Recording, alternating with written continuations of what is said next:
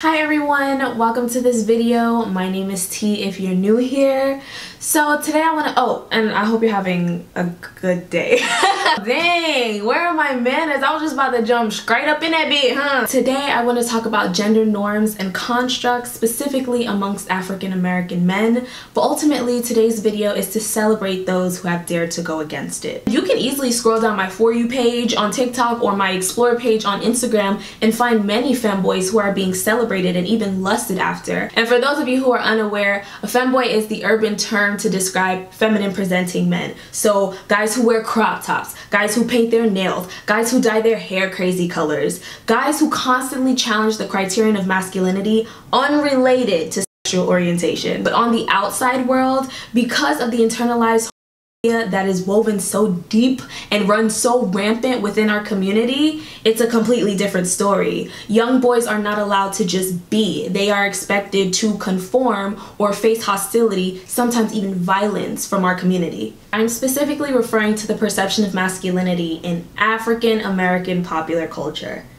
African American popular culture. My findings may reflect some similarities amongst other demographics, but I just want to be clear on who I'm referring to because that's specifically who I did research on for this video. So I was reading an online article. Y'all know I love me some online articles. This one is called Addressing Masculine Norms to Improve Life Outcomes for Young Black Men, Why We Still Can't Wait, by Ricky Wilchins and Michael Gilmay. I do apologize if there was any mispronunciation. And on the 4th page, they begin to explain how across many cultures, as we grow, we are taught gender norms. We know this, right? And as we enter into late adolescence / early adulthood, these gender norms go through an intensification stage. In this stage, young black boys would be expected to exhibit acts of hypermasculinity, such as enhanced physical strength, increased sexual conquest, and their success in this performance would signify their rite of passage into manhood. So that was a lot of words, so let's just put it into simple terms. It's one big fucking performance. It was all a lie. Guys, it was all a lie. She lied. But don't leave me, don't leave me. There's still more. Because hip-hop, R&B, and other forms of the media emphasize these expectations, and even in today's world of the influencer, there are rewards offered for people who are able to put on this facade of meeting the ideals of hypermasculinity, it can seem like it's only getting worse with time. But even if a black man is willing or brave enough to step outside of these gender norms, it's harder for the black community to publicly accept or respect it because look, no matter how conscious everybody claims to be, no matter how woke everybody claims to be, 9 times out of 10, if you dig deep enough, you can always find a little bit of leftover homophobia.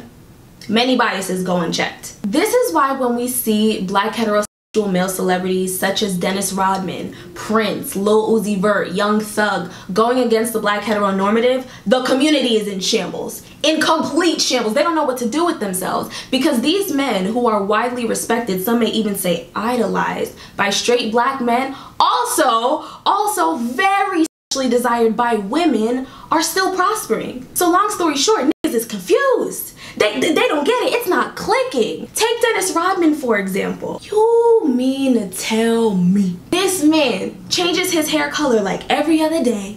He wears nail polish, he wears dresses, and he still plays basketball? And he's still rich and famous? And was very often seen getting cozy with some of the hottest hotties of the 90s?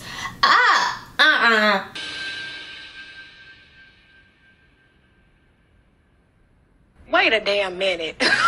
Wait a damn. He was also one of the first straight black male celebrities to publicly and shamelessly promote the idea that sexuality is indeed a spectrum. He didn't say those words exactly, but it was the idea. But you are not gay. You're saying to me you are not gay. No, and if you were gay, I believe you would tell me. I think so. I think so. So, are you bisexual? No. In this book, you say that maybe in your mind you are. Yeah. And what does that mean? I can float with the idea. You can float with the idea.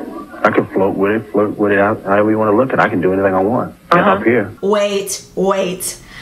First of all, the way I slowly started to be seduced by him, like the way he slowly started to seduce me, I need to get off of TikTok. No, I'm joking. Well, and don't get me wrong, I am not the biggest Dennis Rodman fan. He is known to have a very problematic past.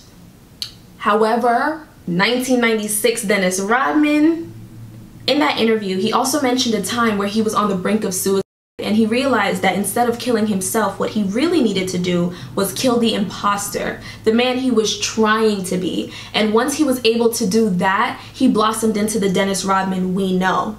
And that's especially important because there are black boys actually losing their lives over their failure to upkeep this imposter. If it wasn't for Dennis Rodman being a superstar, one of the greatest forwards of all time, he likely would have been one of those slain black boys. And all he wanted to do was wear a dress. Now let's move on to the legend himself, Prince. In 1993, Prince underwent a name change to this love symbol.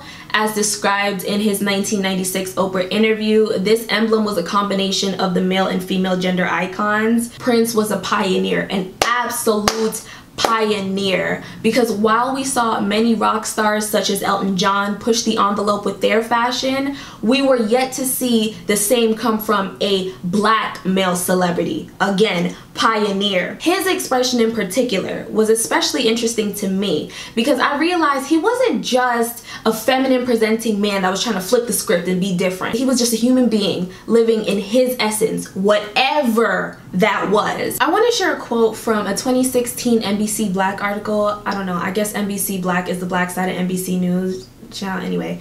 It's titled, "How Prince Redefined Masculinity Through His Music Onstage."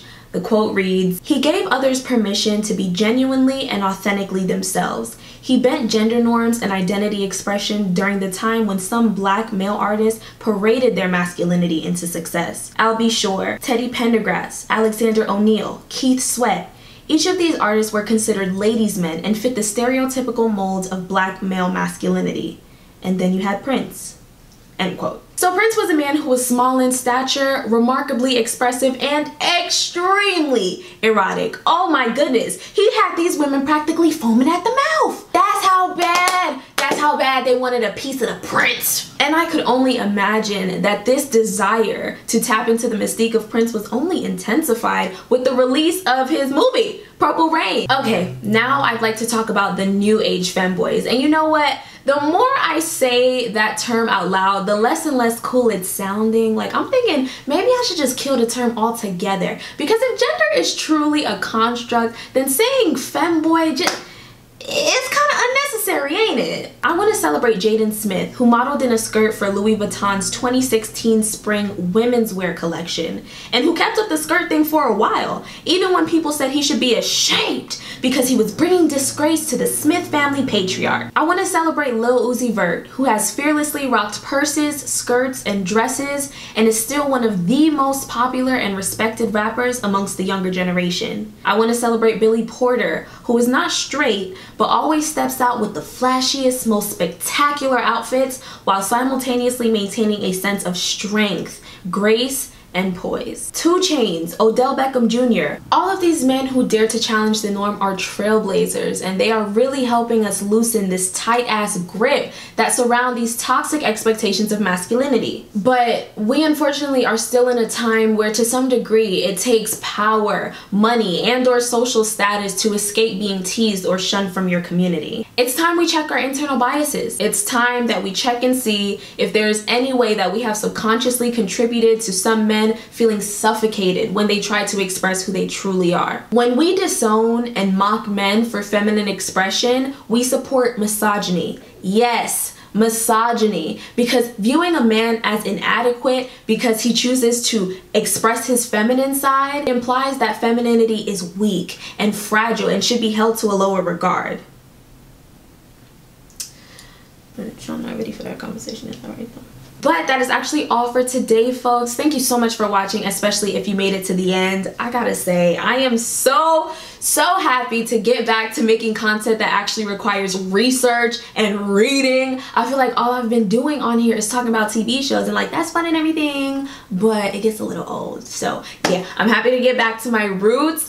Be sure to leave a comment. Let me know what you think down below. Give me a thumbs up or a thumbs down, however you're feeling today. And of course, all of the links to the articles and videos that I referenced in preparation for this video will be listed in the description. Also, some links if you would like to support the movement, okay, petitions, donations, all of that stuff. It will all be listed in the description. Again, I want to thank you guys so much for watching, and I will catch you in the next video. Oh yeah, subscribe. Subscribe for more content, and I'll see you in the next video. Bye.